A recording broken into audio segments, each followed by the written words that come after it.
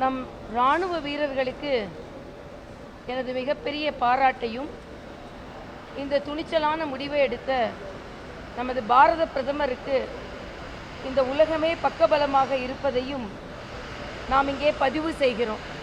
தீவிரவாதத்திற்கு எதிராக பாரத தேசம் ஒரு தீர்க்கமான முடிவை எடுக்கும் என்பதை நேற்று இரவு நடு இரவிலிருந்து அதை செய்து காட்டியிருக்கிறோம். இன்று காஷ்மீரத்தில் ரோஜாக்கள் இரத்தத்தினால் சிகப்பு ரோஜாக்களாக மாறியது இன்று தீவிரவாத ஒழிப்பினால் அமைதி காஷ்மீரத்தில் வெள்ளை ரோஜாக்களாக பூக்கும்.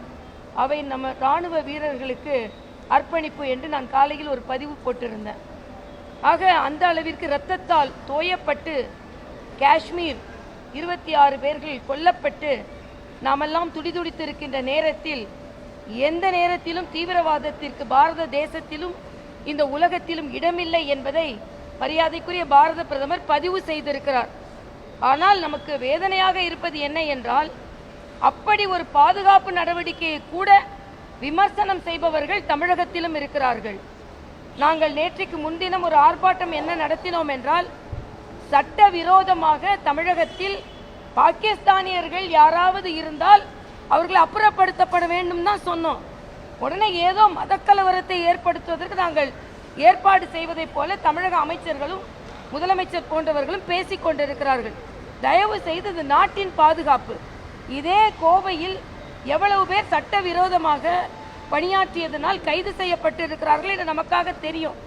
அதனால இந்த காலகட்டத்தில் நாட்டின் பாதுகாப்பு மிக முக்கியம். எல்லாவற்றிற்கும் மேலாக இந்த நாட்டில் உள்ள பல முதல்வர்கள் மரியாதைக்குரிய பாரத பிரதமரின் உறுதியான நடவடிக்கைக்கும் இராணுவத்தின் தயார் நிலைக்கும், அவர்கள் இராணுவம் தீவிரவாத அமைப்புகளை அழித்து ஒழித்ததற்கும் பாராட்டை தெரிவித்துக் கொண்டிருக்கும் பொழுது, தமிழகத்தில் மட்டும் முதலமைச்சருக்கு இங்கே ஒரு சின்ன ஒரு கட்டடம், தமிழகத்து பிள்ளைங்க நல்லா படித்தா கூட அதுக்கு முதல்வர் நாள் தான் படித்தேன் அப்படின்னு முதல்வர் எதற்கெடுத்தாலும் பெருமை பேசிக் கொள்ளுகின்ற முதல்வர், எதற்கெடுத்தாலும் உரிமையை எடுத்துக்கொள்கின்ற முதல்வர், இந்த நாடு ஒரு பாதுகாப்பு நடவடிக்கையில் ஈடுபட்டிருக்கிறது. அதற்கு இராணுவத்திற்கு நீங்கள் உறுதுணையாக இருப்பது நிச்சயமாக நாமெல்லாம் உறுதுணையாக இருக்க வேண்டும். ஆனால் அதற்கு உறுதியான நடவடிக்கை எடுத்த பிரதமருக்கு ஒரு பாராட்டை பதிவு செய்வதற்கு கூட தமிழக முதலமைச்சருக்கு மனமில்லை என்பதுதான் மிக மனவேதனையாக ஒன்று.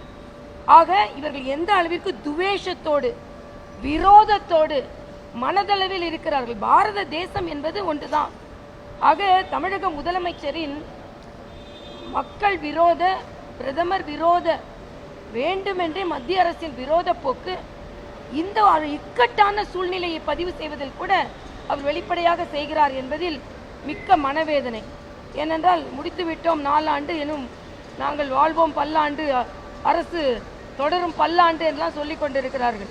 இந்த 4 ஆண்டு முடிந்ததை செவிலியர்கிட்ட போய் கேளுங்க. 14,000 செவிலியர்கள் நிரந்தரம் செய்யப்படாமல் போராடி கொண்டிருக்கிறார்.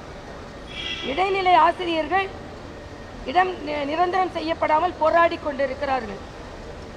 அங்கன்வாடி ஊழியர்கள் போராடி கொண்டிருக்கிறார்கள்.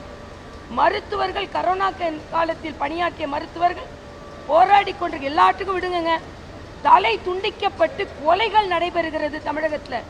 தலை நிமிர்ந்து நடந்த தமிழகம் இன்று தலைகள் துண்டிக்கப்படுவது, தலைகள் துண்டிக்கப்பட்டு கூலி ஆட்களை வைத்து இன்று அராஜகம் நடைபெறுவது, சட்டம் ஒழுங்கு பாதிக்கப்படுவது, இதையெல்லாம் என்று நீங்கள் பதில் சொல்ல போகிறீர்கள்? வேங்கை வயல் 2 ஆண்டுகள் முடிந்துவிட்டது. இன்று வரை அதற்கு ஒரு பதில் இல்லை. ஆனால் சமூக நீதி எங்கே இருக்கிறது? நேற்று புதுக்கோட்டை மாவட்டத்தில் மட்டும் சாதிய கலவரங்கள், சாதிய வேற்றுமையினால் கலவரம் வெடித்திருக்கிறது. குழந்தைகள் மத்தியில் சாதிய வேற்றுமைகள் இருக்கிறது. அதனால கடந்த 1 வாரமாக 4 ஆண்டை நாங்கள் முடிவு செய்து விட்டோம், முடித்து விட்டோம் என்று கொண்டாடி கொண்டிருக்கிறார்கள். மக்கள் திண்டாடி கொண்டிருக்கிறார்கள். இந்த கொண்டாட்டம் இன்னும் ஒரு 10 மாதம் இது கடைசி கொண்டாட்டமாக இருக்கும். ஏன்னா மக்கள் அந்த அளவிற்கு பரிதவித்து போயிருக்கிறார்கள். மக்கள் எல்லோரும் மகிழ்ச்சியாக இருக்கிறார்கள் என்று முதல்வர் சொல்கிறார்.